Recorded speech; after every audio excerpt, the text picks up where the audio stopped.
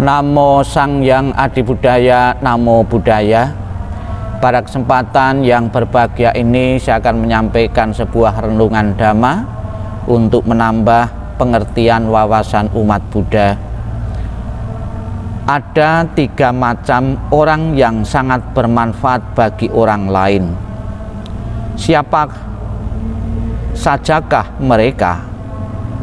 Yang pertama adalah seseorang yang darinya orang lain dapat mengenal, berlindung kepada Buddha, Dharma, dan Sangha.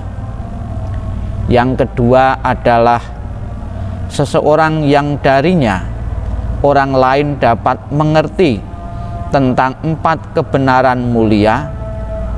Dan yang terakhir adalah seseorang yang darinya orang lain mendapatkan ajaran untuk menghancurkan kekotoran batin dan mencapai pembebasan.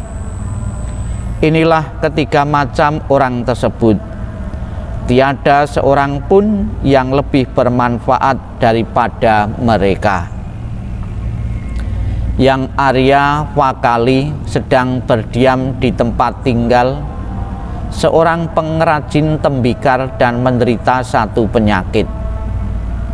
Suatu saat ia memanggil pelayannya dan berkata, "Sahabat, pergilah temui Sang Bhagawa. Bersujudlah di depan beliau atas namaku. Beritahukan bahwa aku sedang sakit dan katakan alangkah baiknya bila beliau karena welas asihnya datang menjengukku. Mari pergilah."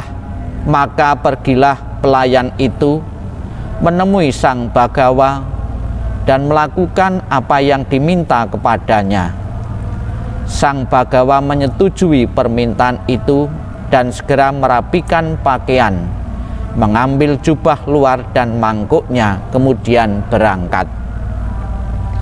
Ketika yang Arya Wakali melihat Sang Bhagawa mendatangi dari kejauhan, ia berusaha bangkit dari tempat tidurnya.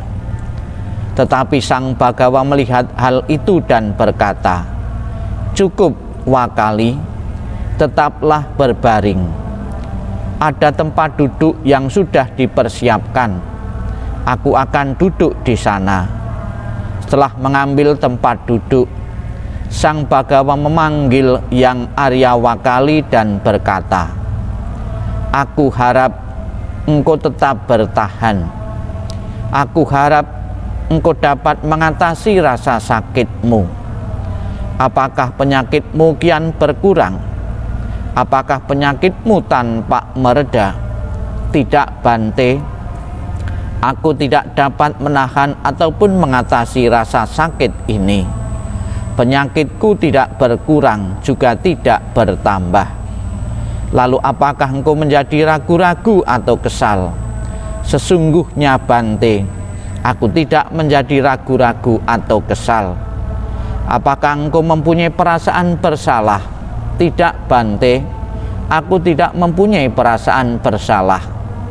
"Apakah engkau mempunyai perasaan cemas atau sesuatu yang disesalkan?" "Tentang hal ini, telah sekian lama aku menunggu saat untuk bertemu dengan Bante, tetapi aku tidak mempunyai kekuatan untuk melakukannya." "Jangan begitu, Wakali. Mengapa engkau ingin melihat tubuh yang kotor ini? Ia yang melihat Dhamma berarti melihat aku, dan ia yang melihat aku berarti melihat Dhamma. Sesungguhnya lah, ketika melihat Dhamma, seseorang melihat aku, dan ketika melihat aku, ia melihat Dhamma." Semoga semua makhluk hidup berbahagia dan sejahtera. Sadhu, sadhu, sadhu.